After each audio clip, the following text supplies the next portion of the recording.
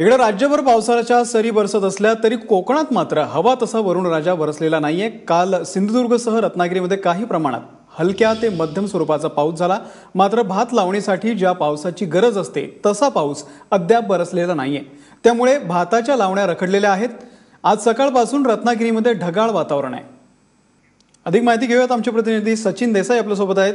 राज्यभरामध्ये सर्वत्र पाऊस बरसत असताना रत्नागिरीमध्ये पावसाने विश्रांती घेतलेली आहे। सचिन, तिथली काय परिस्थिती आहे?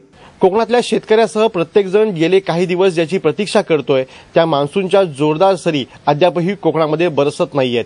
काल दिवसभर कोकणातल्या काही ठिकाणी अगदी हलक्या स्वरूपाच्या पावसाच्या सरी पडल्या।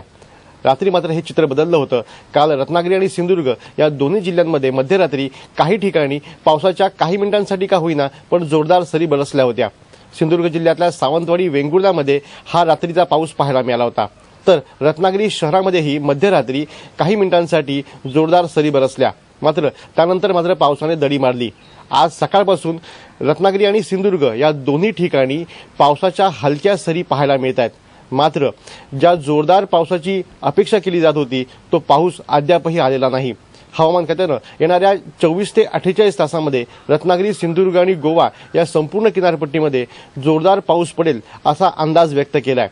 सर्वसाधारणतः जेव्हा कोकणामध्ये पाऊस दाखल होतो, मान्सून दाखल होतो, तेव्हा सलग काही तास काही दिवस तो सतत बरसत राहतो। अजूनही अशा पावसाची संपूर्ण किनारपट्टीलाच प्रतीक्षा आहे।